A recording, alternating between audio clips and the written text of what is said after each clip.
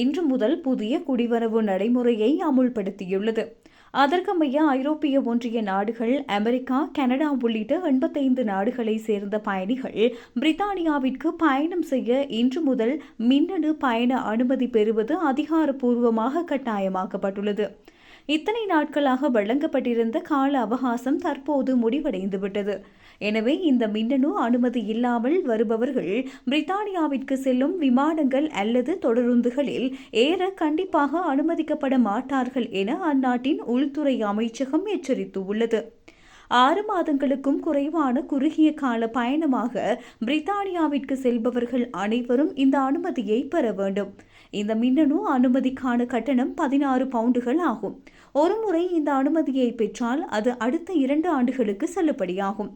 நாட்டின் எல்லை பாதுகாப்பை பலப்படுத்தும் நோக்கில் இந்த திட்டம் 2023ஆம் ஆண்டிலேயே கத்தார் மற்றும் வளைகுடா நாடுகளுக்கு முதலில் அறிமுகப்படுத்தப்பட்டது.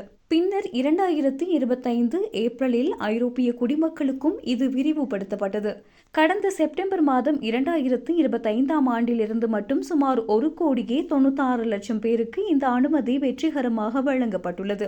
பிரித்தானியாவை பின்பற்றி ஐரோப்பிய ஒன்றியமும் விசா இல்லாத பயணிகளுக்கு இதே போன்றதொரு பயண தகவல் மற்றும் அனுமதி முறையை 2026ஆம் ஆண்டின் இறுதிக்குள் முழுமையாக நடைமுறைக்கு கொண்டுவர திட்டமிட்டுள்ளது. பிரித்தானியாவிற்கான மின்னணு பயண அனுமதியை இணையம் வழியாக மிக எளிதாக பெற்றுவிடலாம். அதற்கு உங்கள் கடவுச்சீட்டு குறைந்தது 6 மாதங்களாவது செல்லுபடியாக கூடியதாக இருக்க வேண்டும் என்பது கட்டாயமாகும். பிரித்தானிய அரசின் அதிகாரப்பூர்வ இணையதளமான gov.uk வழியாகவோ அல்லது திறன்பேசி செயலி வழியாகவோ நீங்கள் விண்ணப்பிக்கலாம்.